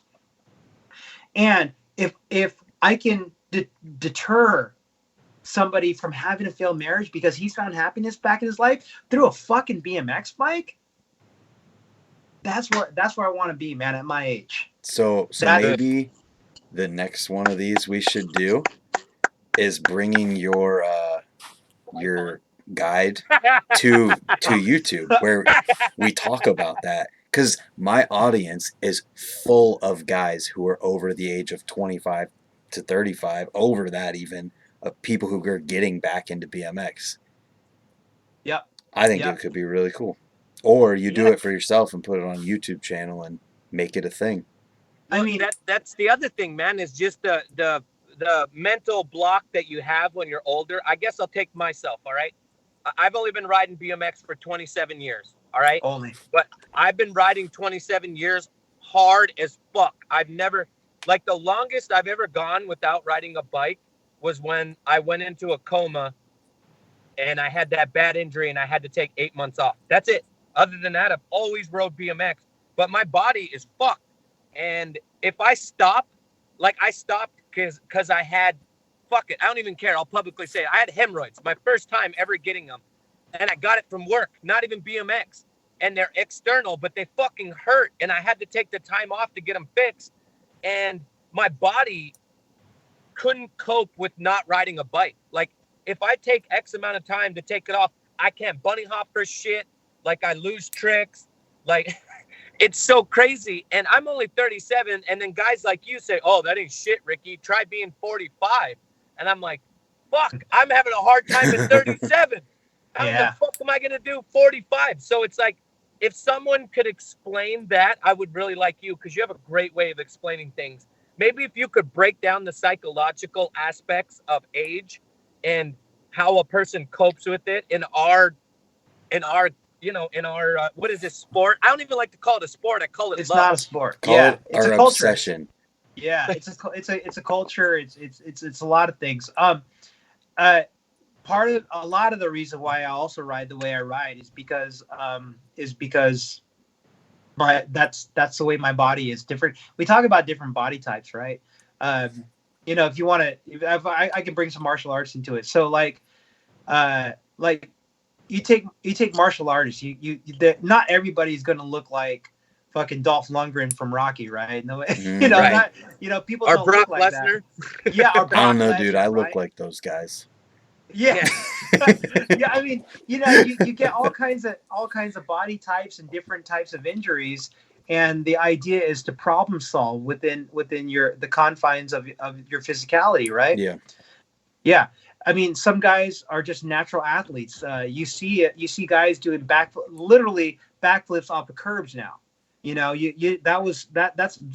super athletic. Mm-hmm. But that they're working within the confines of their body. Yeah. You get to a certain age and you're deteriorated to a point, but you still want to express yourself creatively. How can you express yourself creatively? by changing your tricks, Yeah. changing the way you express yourself. Artists do it all the time. Musicians, they start to lose their hearing. They will change. They'll change things. They'll use technology. In our case, we use the mechanism of the bicycle, doing Mm-hmm. different things for a bike to help us along the way. So so we can express ourselves still in a way where our bodies will allow us to express ourselves. I think Right. Ricky's frozen there. He is. Yeah. But Yeah. if he's still there, I want to tell him that 20 Grips sent another super chat and said, hashtag come back to YouTube, Ricky. That was a while ago now, but I wanted to say thank you for that. And the people have spoken. Yeah. Oh, no. I think it. Oh, that looks a little menacing, right? Yeah, I don't know what's going on. Like Did he just get murdered? I don't know, man. Look at what is that? Is that like a dark figure, or is that just his That's car? his seat. Yeah. Okay. It looks like the fucking purge, dude. Yeah. Yeah. No, I like back to. So yeah, you change your expectations of what you can do, but you change them. You don't you don't disintegrate them. You don't downgrade them. You simply change them. Mm-hmm. You know. Absolutely. Yeah. You know, the backflips off of curbs is something I'm not going to do. Yeah. I don't know. Maybe when I was 15, I would have tried it, but I'm not going to do that now. But I just do something different. And Right. still... Ricky and I talk about this a lot because Ricky has yet to get over the fact that he's not going to backflip off a curb. It still bums him out. He hasn't accepted it. But I've totally just like, I've accepted the things that I just don't even want to do or care about doing. What? I'm confused. Am I even in this? Yes. Can you guys see me or hear me? Yes. All right. Yeah. Well, number one, my woman just made me Brussels sprouts and some good food, so I'm home. I'm going to spend time with her. Maybe that's a topic you guys need to talk about too. Is separating your passion with your other passion, which is your woman. Oh, we talked about that a little earlier. Definitely. We'll talk about it more because that's the biggest important thing. And I want to say, Dion, I'm really proud of you, dude. I love you. We miss you Thank online. you, man. I wish you were on more, but I understand that, you know, your wife is a realtor and you guys have some business adventures you guys are working on. And I understand that you're 72 years old, so you have adult stuff to do. Yeah. And you're wrapped in that Asian body, so you look 31. And I just appreciate the fact that you got on here with Brant, and then Brant let me come in here while you guys were talking about Dave Vanderspeck, which makes me happy. Shout out to him. And I just love you, man. I appreciate everything. Ever since I met you 5 years ago, it's been great. Brant, who gives a shit about Brant? Brant's just like my little brother now. Yeah. But thanks. I'm gonna go. We're gonna go eat. It's 10:30 here in New York, so yeah. You know. Love you, pal. Ricky. All right, guys. Brant, we'll talk love you too. Thanks, man. We'll talk Good soon. night. See. Enjoy. Anyway, where were we at just now? We were talking about body types and not being able to do certain things and how old guys can cope with it. Yeah, that's something I talked about in my write up too. I feel like we could do a whole entire thing about your write up. Oh, like I did a podcast on it, Bike Karma. He asked me about it, and he came from a place he knew nothing about BMX. Like, yeah. He comes from a place of like, he does like just like bicycle podcast, you know. Okay. But you know, like touring bikes and road cycling and a little bit of mountain biking. Is this on YouTube? No, it's on iTunes. Okay, so that's the thing. We got to put that in somewhere like YouTube that's a search engine where people can actually find it specifically.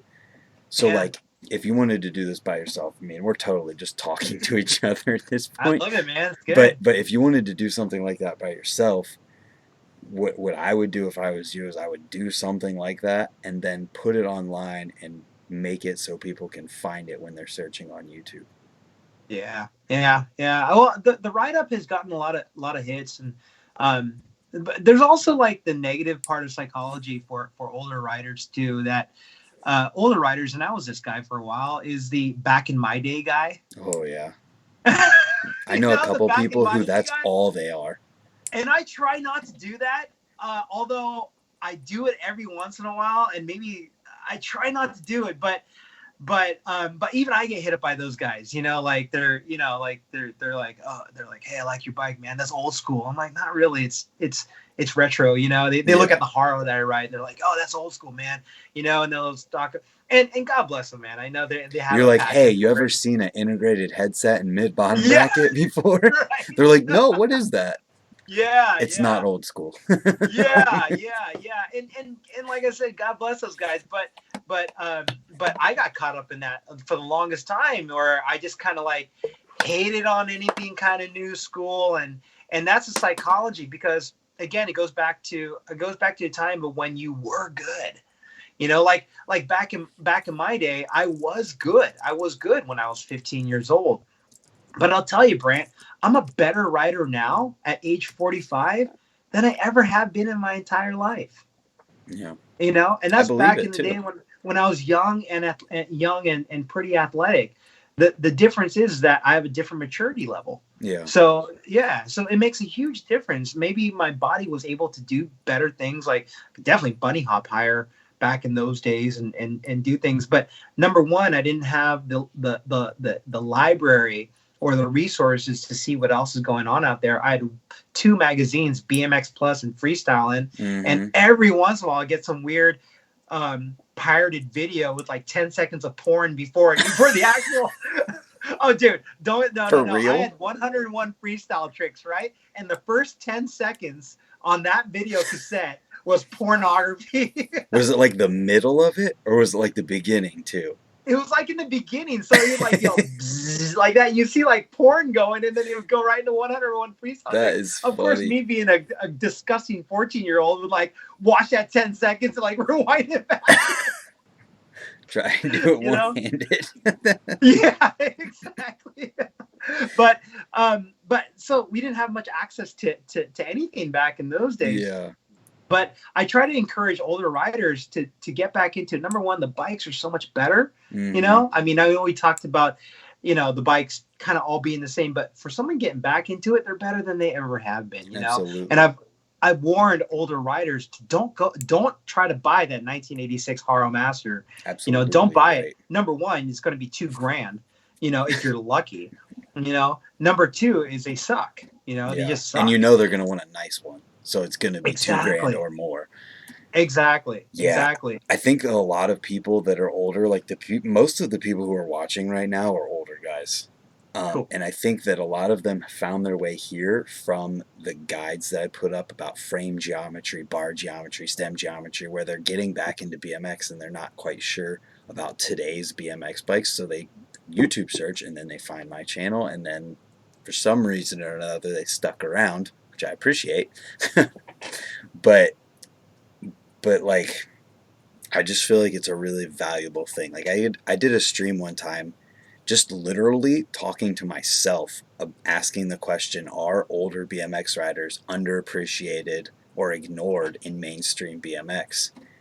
And it blew up, like getting over 1,000 views in a week. And it was like, that never happens with these live streams. It's like, there's something going on with, there's a lot of these guys that are riding right now, and I feel like providing resources for them is important. Yep. Yeah. Yeah. Like I said, the maturity level is there. Number one, the income is there too. Yeah. Let's not forget that income makes a difference. I mean, how many 19, 20-year-old BMX riders do I have coming up to me? Hey man, you got a set of bars that you can spare? You know, dude, every single week I get somebody messaging me, you got a back wheel, you got a front wheel, you got a frame, got a back wheel. Can you give me a bike?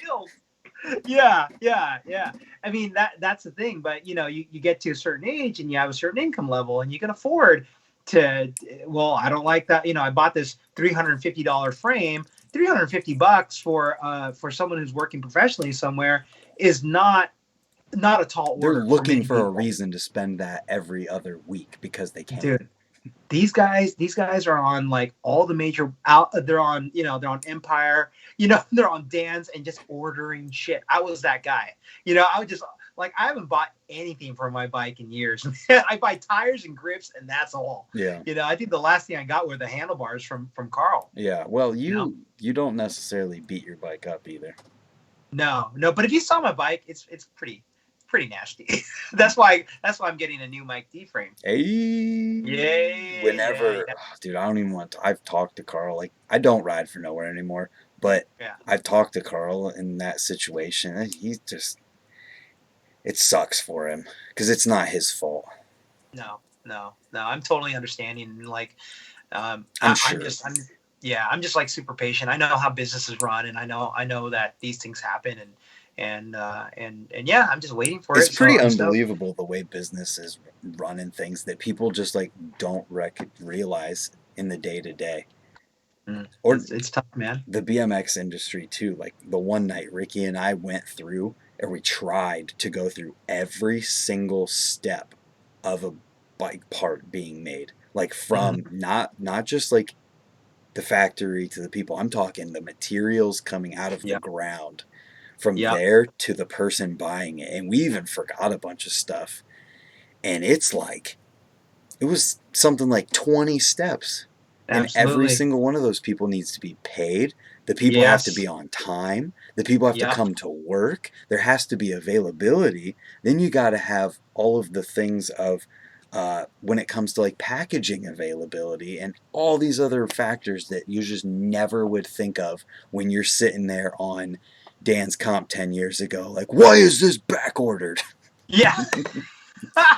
Exactly. Well, the thing about Carl too is that Carl is very into made in America. He wants the frames made here, and he wants them domestically made. He can get the stuff done in Taiwan, man. Oh yeah, but he's they'll not. take his money. Yeah, They'll build those yeah. frames. Those massive companies in Taiwan would not only build them, they're going to build them nice. Like Taiwanese frames, man. Like people are like, it's not American made. Don't get twisted, man. I've been to Taiwan. I've seen those factories. Like they're beautiful, and those people are very skilled. Those welders are very skilled in the frames, and you just give them specs, and they make them like almost exactly to the spec. But Carl's doesn't want to do that, and I totally respect that. He wants an American-made bike, and that's cool. Absolutely. Yep.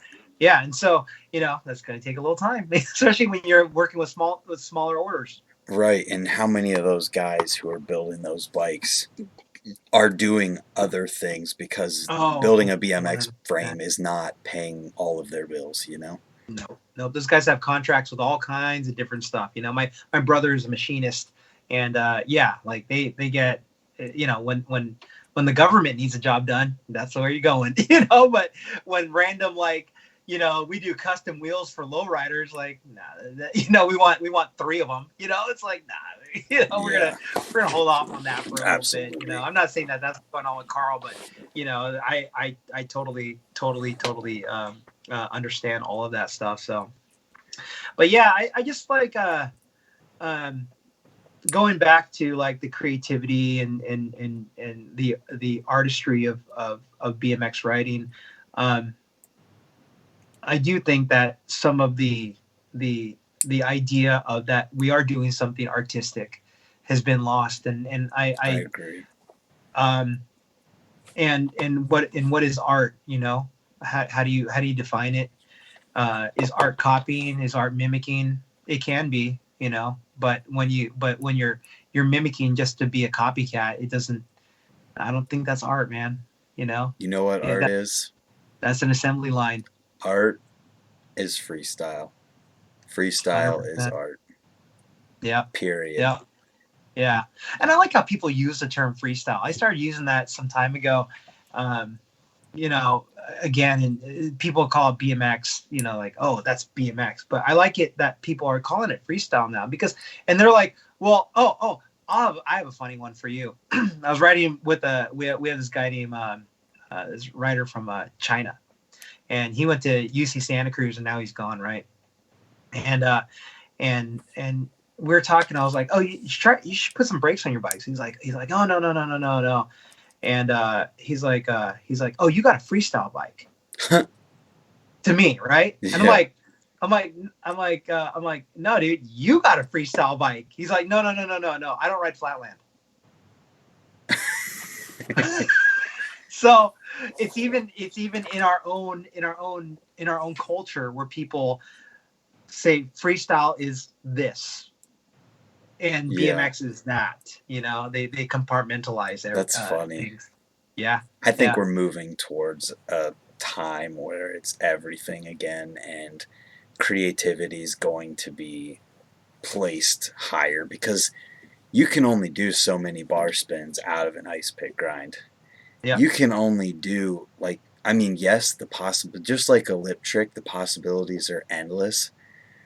But I feel like once enough of everyone are all doing the exact same things, we're just gonna keep moving towards that thing, back yeah. away from it. Yeah, I mean, look at the mid school writing, man. And I feel like what's funny is that I feel like all the creativity really happens, and I don't know, maybe this is just me. A lot of the creativity happens in downtimes. Like downtimes, industry downtimes. I guess some of the I think like that period of time right before X Games blew up, right before X Games made BMX huge. There was some very interesting things going on with writing. I mean, Really, take yeah, yeah, I'm yeah. learning right Uh, now. what's that? I'm learning right now. Yeah, so I mean, if you take the '80s, you take the mid to late '80s, that period right there. Well, from the early '80s through, BMX blew up, and we're talking like the movie Rad, right? Everybody knows what the movie Rad looks like, right? Yeah, Mountain Dew commercials and all that stuff. When the industry started to take a downturn in the late '80s, early '90s, that's when you started seeing some real interesting innovation.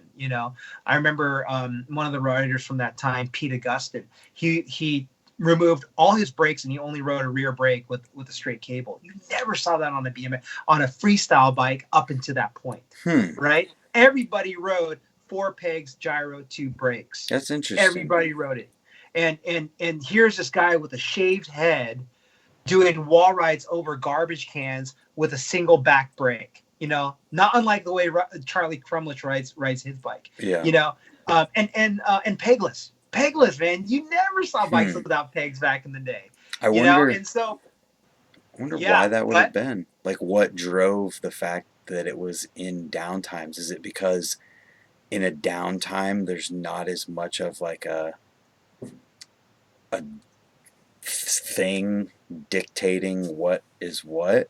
I don't know. Right yeah, now, I would say right now though, it's more dictated than I've ever experienced it, where it has to be very. If it's not on this line, it's not it. right, right. I think that's the internet, though. Yeah, That's the internet and praise. I think that instant gratification that I can do that. I'm gonna do this and get the instant gratification of likes is going to perpetuate me to continue to do that activity. that makes You know. sense. So Yeah, it's yeah, totally yeah. different than back then. Yeah, yeah. I mean, back then we had the influence of magazines, and so magazines and like I said, VHS tapes. So the moment the money was no longer there and those magazines started to fall off, then I mean, when I was a kid, 14 years old, there was like maybe 4, 5, 6 different BMX freestyle magazines. We had like American Freestyler, BMX Plus. You had Freestyling. There were some magazines that had like skateboarding and freestyle BMX in it. Together. There was just a whole lot of stuff. And the moment a lot of those BMX magazines lost money and fell off, we didn't have much to look at. You know, so without much to look at, your creativity You're goes up. just doing You just do whatever what you you want do. to do. Yeah, Yeah. that makes sense. That makes a Yeah. lot of sense. Hmm. I'm curious. I don't know anything about this. No, because that's yeah. I mean, I look at so like the mid school BMX right before X Games blew up. No, don't get me wrong. During when X Games happened, what a bunch of money was dumped into the industry, and they made bigger ramps. Now that's what made a huge difference. That's where you saw in crazy creativity going on with ramp riding, like Ryan Nyquist, Dave Mira, Matt Hoffman. We know all of it. Yeah. But that short period, that short era right before X Games, there was some insane riding going on. You know, you watch it. You know, you watch like Paul Sicca and these other guys. You watch it when they have like tiny handlebars. You know, Mm-hmm. big fat pegs and weird heavy bikes, and you watch that riding, and it's so creative, man. They were doing stuff that was uh, that was out of this world. But then now it's lost to the archives, man. You know, Yeah. who was this? They just posted. Somebody just posted a video of the it, it, one. Oh gosh, who was it? He jumped a spine, landed in a hang five. Oh, Brian Val. Yes, Yeah. rode the hang five, jumped in the hang five. I think he jump in the hang five or no? I can't remember. I think he He just just spun turned. it. Yeah, I just saw another video, and this was cool of a guy going at speed, hang fiving and hitting like a ramp, and then jump and then catching air in the hang five, and then getting back to pedals and landing. That's cool. There's a dude, and I can't remember what video it was. I just talked about it in a news video recently. His name's Sam Jones. He did a Mm. hang five up a quarter, caught it, wall ride back into the quarter. Oh, jeez, man. Yeah, that was wild. And then Yeah. there's Hucker doing that hang five down the foam pit, drop in Yes. to front flip. Yeah. Yeah. Um, Yeah. so what do you think is going to happen with the Olympics? Do you think it's going to have an X Games effect on BMX, or I think it is. because I you've think experienced it? I don't know what yeah. happened with the X Games. It's high. It's big. It's big money. It's big marketability. It's that I think what's going to happen with the Olympics is it's going to, again, going back to what we said earlier in the conversation was, oh, you ride BMX, are you the one doing the flips off the ramps? Mm-hmm. You know, and they're Naturally. going to say, and the Olympics is going to say, and what they've been doing, Nitro Circus and all these other big things, it's great because it's exposure and it's money, you know. Yeah. But it's also saying this is BMX. Right. This is BMX. And Hopefully then hopefully yeah, they add more to it in the next one, since this is yeah. just the first time. Do you think so? So how did the X Games like have an impact on BMX? Was it just the fact that it was on TV and people got psyched about it? So like, do you think that BMX being one event in I don't even know how many events are in the Olympics is going to be able to have a similar effect where it just like overnight does something? I don't know because you know the internet makes everything. Well, see, back in those days, there was no internet, you know, or it was very limited. So when you saw something on TV, it had more impact than what it does now. I think Mm-hmm. people's attention spans and their ability to get stoked Yeah.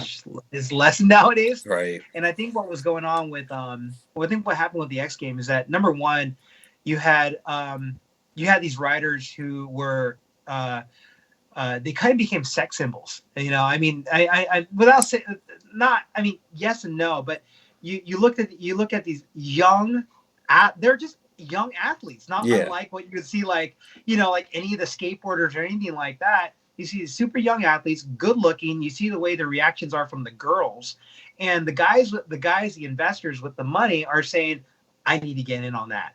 You know, Okay. we're gonna load them up with energy drinks. We're gonna brand it with this Mountain Dew, all these sponsorships and everything like that, and it just became a huge marketing machine. But with that Interesting. influx of money, the ramps got crazy, Yeah. and I think like the construction of the ramps got crazy, and that opened up a whole new style of park riding that we never saw before. We're You already know? there with the ramps though. Like what you know what I'm saying? I guess Yeah, there's blueprints for what they could do. They could do yeah. that uncontainable contest. Did you see anything from that? No, The no. Red Bull, like Drew Bazanson did that video, uncontainable, with all those shipping containers. Oh yes, yeah. So Okay, then they yeah, did a yeah. contest with giant ramps. So it's like, if that was something that, I mean, there's already like a blueprint for doing that again. But man, I don't know.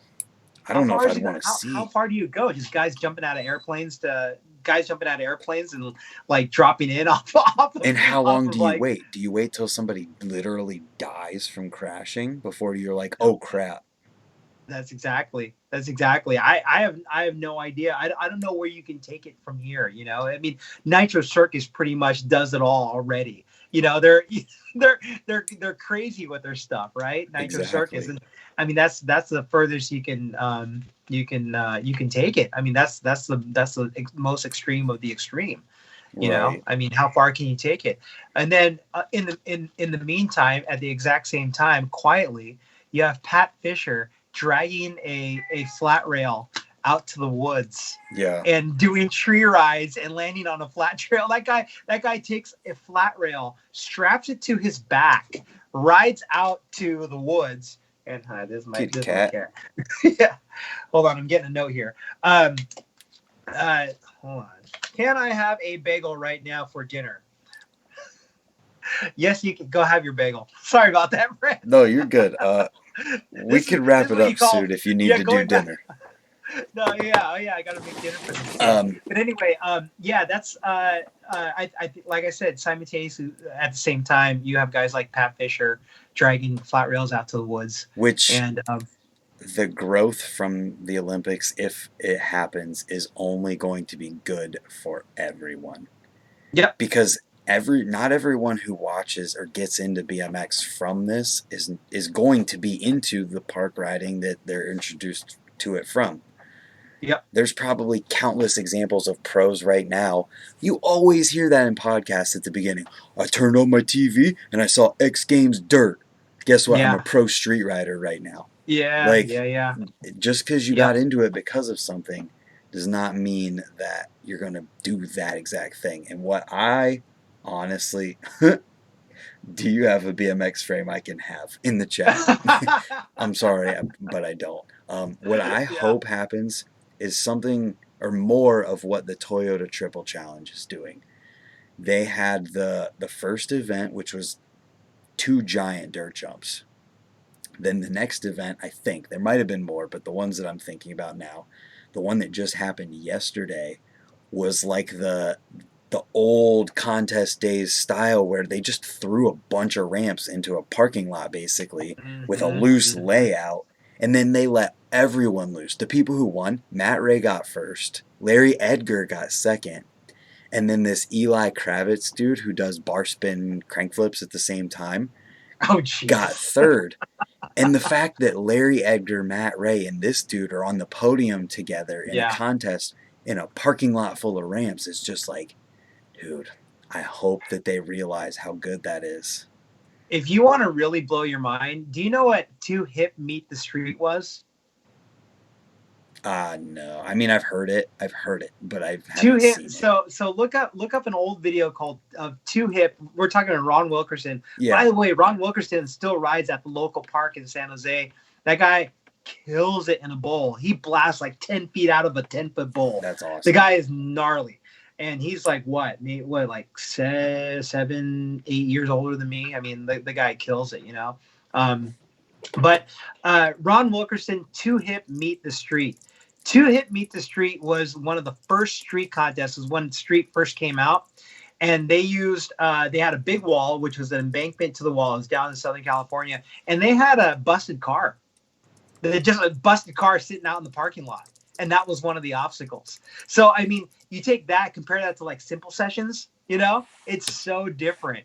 But Yeah, but what we were talking about earlier, like I remember the first time I ever bunny hopped on top of a car and rode over it, and like rode off the end of it. I felt so street, man. I felt more street than I ever had in my life, you know. But that would be interesting. And there's actually a couple guys who do a session out in this place called Slab Slab City. City. They have a skate park there, don't they? They do, and they put a car there, dude. They put Interesting. a busted car there, and they set the roof on fire, and guys are jumping over the fire. Dude, I've read some crazy stuff about Slab City, and now realizing that Yes, there's a skate park there, I don't know. yes. I mean, I'm afraid like I'll get like tetanus or something, man.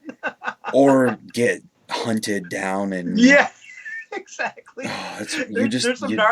There's some gnarly stuff, you man. I don't mean, be there after night, I guess. no, no. Well, those guys do, man. They're like they get crazy like the natives, man. They Well, they they probably get get so crazy that the crazy people at Slab City are like, "Oh, that's just one of us." Yeah, exactly. But yeah, I think all the stuff that's going on with the Olympics and all the exposure going on right now, um, the world is so big now. It wasn't like it was before, Hmm. and I think there's room for everybody now, which is great, which is really cool. Is happening in BMX, I and agree. I feel very positive about the whole thing. I really hope so. I hope that it just does good things. I think Yeah. it'll do more good than it could do bad. Yep, yep. And BMX companies need money, so that's how innovation happens, man. If you can, and people get really weird about like, oh, big business and corporations. First of all, it doesn't take it takes $800 to or $500 to form a corporation. I mean, I'm going to have a corporation this year. Like it'd be people are like, oh, corporations, like all a corporation is to protect your It's just a your own personal title. assets. Yeah, exactly. So but if you can dump money into an industry, in a positive way, and you can get people investing in an industry That's the that thing about it. yeah, you can hire very very talented people to innovate. You Yep. know, um, why is this tiny company Grindworks the only company making this steel peg that lasts forever, that's super light? I mean, I know other companies are doing it, but that's the company my eye goes to right away Which because is they make it. awesome that you do that because, one, if you guys don't know who are watching this right now, Grindworks is in Pittsburgh, Pennsylvania. Dion is in California right now. Santa And Cruz, that's what he California. brings up. Yes, yeah, and so imagine number one what they can do with the price point if some investors go into something like that. Number two, if another company innovates a peg like that, creates competition, and Hmm. therefore everybody has to step up their game. I mean, that's what capitalism is. And if you disagree with capitalism, maybe politically, it is what's in our country. So we got to look at money being dumped into these things, and this is the old 45-year-old talking. Money being dumped into the industry so that innovation happens. We can hire talented people and outsource manufacturing if we need to make exceptional products. Yeah. This would allow companies to do more creative things with their frame designs. It's why Haro did their lineage thing. That's why I have a Haro, because they had the money to be able to do the lineage frames. Yep. And we're in an industry of BMX right now where it's just a whole bunch of take, take, take, take, take. The people who are putting money into the industry, like you, are going to pay all of the people who work at these companies who aren't putting money back into it. That's the Yeah, main thing. Like, and obviously no one would expect them to. You're getting, that's your job. right. Like your job being an insurance salesman, no one's Yep. going to expect you to put your money back into insurance. So you almost have to, because the customer base isn't big enough, you almost have to rely on it, otherwise it's going to die. Right. Well, that's another thing, going back to why all the BMX frames look the same and everything like that, is because why would a company who's just barely holding on to life, and needs to pay their employees, why would a company want to innovate an odd frame unless they're a huge risk taker like Carl? Yeah. Why would they want to dump money and create a bunch of frames that are not going to sell? Right. They're going to make frames that they know for a fact are going to sell. Which, yeah. But you get exposure, you get investors. You say, "Ooh, I like what that company is doing. I'm an investor. I know nothing about BMX, but I like what you guys are doing. Here's money to borrow." You know, Yep. and imagine the innovation that can come of that. And that's what I think of what can happen with big events like the Olympics and all this other stuff going on with Vans and everything like that. Like the big contests that they're having. Exposing women riders is really cool too. You Absolutely. know. I mean, back when I was growing, here we go. I'm the back in my day guy, but there's only one. Different. There's only one girl rider. One Yeah. girl rider, and there was, who knows? Maybe there's others, but they didn't get any exposure. Yeah. Yeah. I I guess we'll only see. Time will only Yep. tell. I think with the Olympics is going to definitely expose women riders. Oh, 100%. If Yeah. anything, it's going to do the most for them, Yep. Yep. which Yep. is really awesome. Yeah. I mean, look at all the women riders right now. They're totally marketable. Yeah. You know, they're all attractive, young, athletic athletes. You know what I mean? Right. Like that's like the perfect storm for an industry. You Right. know? And when you look at it numbers wise, purely just based on numbers, the amount of women who are going to be in the Olympics is a bigger fraction of the total amount of women BMX riders than the amount Right. of men who are going to be in the Olympics to the men total BMX riders. Exactly, exactly, and it's going to open up a market for girls because girls have never.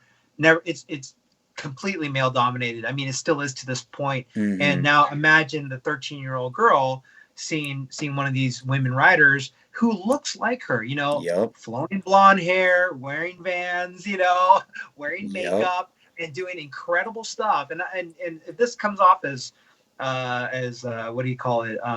Uh, what do you call it, like masculine or whatever, Yeah, I don't know. comes out. Like, I'm not saying that at all. I'm saying that these women are very marketable, and it's going to inspire a lot of young girls to Right. buy BMX bikes. We just You think know, that good things are going to come of it. That's it. I think so. I I don't. think so. There's nothing wrong with that.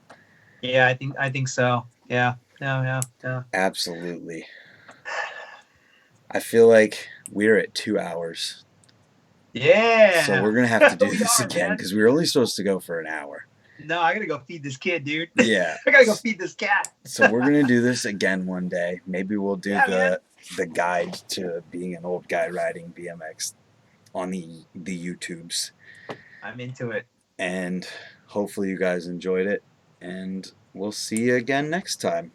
Thank you, Brant. Thanks for having me on, and I really appreciate it. And I'll need to go out and ride and put up some clips now that you've had me on your video. Yes, everyone. The name or his Instagram name is in the title. Follow him on Instagram. That's the last thing I'm saying.